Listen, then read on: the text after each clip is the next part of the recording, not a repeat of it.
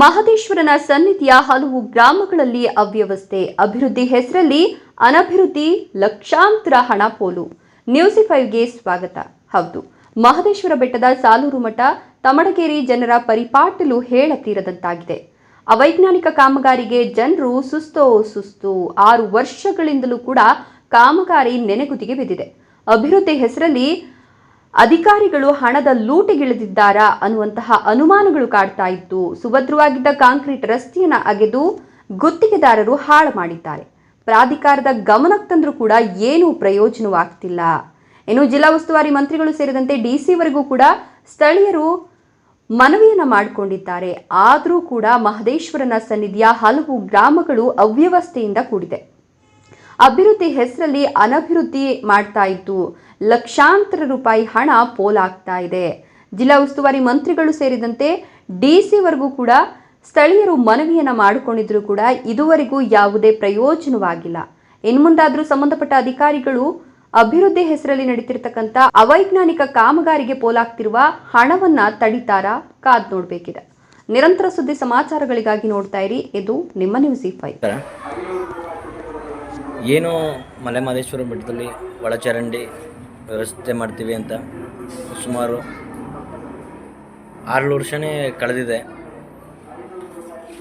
ಎಲ್ಲ ಚೆನ್ನಾಗಿದ್ದ ಕಾಂಕ್ರೀಟ್ ರಸ್ತೆಗಳನ್ನೆಲ್ಲ ಒಂದು ಅಭಿವೃದ್ಧಿ ಅನ್ನೋ ಹೆಸರಲ್ಲಿ ಅದನ್ನೆಲ್ಲ ತೀರಾ ಒಡೆದು ಹಾಳಾಗೋಗಿದೆ. ಸುಮಾರು 6-7 ವರ್ಷ ಕಳೆದರೂ ಕೂಡ ಅಲ್ಲಿಗೆ ಇನ್ನೂ ಯಾವುದೇ ರೀತಿಯ ಪರ್ಯಾಯ ವ್ಯವಸ್ಥೆ ಮಾಡಿಲ್ಲ. ಮಕ್ಕಳುಗಳು ಮತ್ತು ವಯಸ್ಸಾದವರು ಮತ್ತು ಸಾರ್ವಜನಿಕರು ಆ ರಸ್ತೆಗಳಲ್ಲಿ ಓಡಾಡಲು ತುಂಬ ತೊಂದರೆ ಆಯ್ತಿದೆ. ಇದ್ರ ಬಗ್ಗೆ ಹಲವು ಬಾರಿ ಸಂಬಂಧಪಟ್ಟವ್ರಿಗೆ ತಿಳಿಸುವಂಥ ವ್ಯವಸ್ಥೆನೂ ಮಾಡಿದ್ದೀವಿ.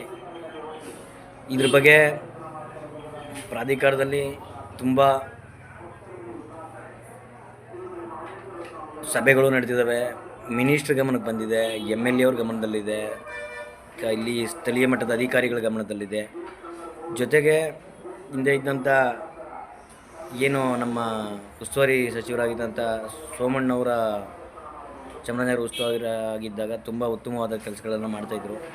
ಹಾಗೆ ವಿಭವಸ್ವಾಮಿ ಅವರು ಕಾರ್ಯದರ್ಶಿಯವರಾಗಿದ್ದಾಗ ಮಹದೇಶ್ವರನ ಬೆಟ್ಟದ ಅಭಿವೃದ್ಧಿ ಒಂದು ಮಟ್ಟದಲ್ಲಿ ಸುಗಮವಾಗಿ ಸಾಗ್ತಾಯಿತ್ತು. ಬಟ್ ಇತ್ತೀಚಿನ ದಿನಗಳಲ್ಲಿ ಅದೆಲ್ಲ ತುಂಬ ಹಾಳಾಗೋಗಿದೆ. ಯಾವುದೇ ರೀತಿ ಅಭಿವೃದ್ಧಿ ಕಾರ್ಯಕ್ರಮಗಳು ನಡೀತಾ ಇಲ್ಲ. ಏನು ಹಿಂದೆ ಕಾರ್ಯದರ್ಶಿಗಳಾಗಿದ್ದಂಥ ನಮ್ಮ ವಿಭವಸ್ವಾಮಿ ಸರ್ ಅವರು ಏನು ಒಂದು ಬ್ಲೂ ಪ್ರಿಂಟ್ ರೆಡಿ ಮಾಡಿ ಹೋಗಿದ್ರು, ಮತ್ತು ಯಾವ್ಯಾವ ಅಭಿವೃದ್ಧಿ ಕಾರ್ಯಕ್ರಮಗಳನ್ನ ಮಾಡಬೇಕು ಅಂತ ಹೋಗಿದ್ರು, ಅದು ಕೂಡ ನಡೀತಾ ಇಲ್ಲ. ಇದರಲ್ಲಿ ಏನಿದೆ, ಈ ಅಧಿಕಾರಿಗಳ ನಿರ್ಲಕ್ಷ್ಯನ ಇಲ್ಲ ಇಲ್ಲಿ ಯಾರು ನಾಯಕರುಗಳು ಕೇಳೋರಿಲ್ಲ ಅಂತ,